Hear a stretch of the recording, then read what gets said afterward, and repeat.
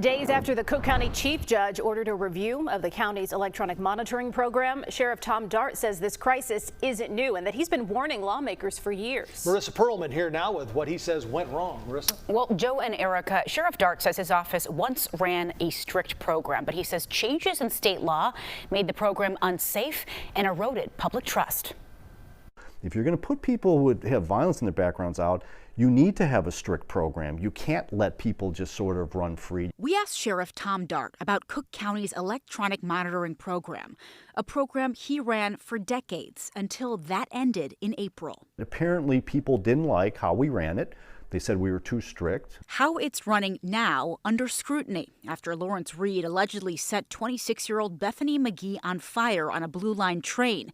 McGee suffered severe burns. Reed was on an ankle monitor for an August assault. He repeatedly violated the terms, even twice in the hours before he attacked McGee. Yet nothing was done. When we had someone violate the rule, they came in late from their job, didn't show up on time, we went and picked them up that day. The system is now run through a complicated process involving multiple agencies.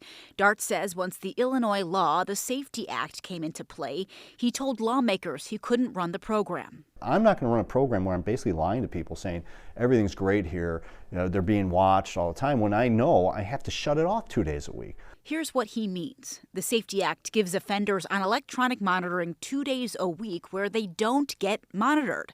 Their movements are recorded, but no one is watching in real time. We wanted to know who is being monitored this way.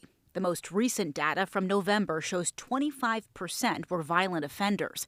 But Cook County Public Defender Sharon Mitchell Jr. says there's another story behind the numbers. We know that the vast majority of people, go on electronic monitoring and succeed. I think that also the thing that we should be also talking about is what happens when we have a policy where we're doubling and tripling and quadrupling the jail population, because that's what we're talking about, right? Dart says he warned Springfield lawmakers not to weaken monitoring rules and says the results were predictable. When you make these type of changes, it's not good. It's not helpful. You're not watching people.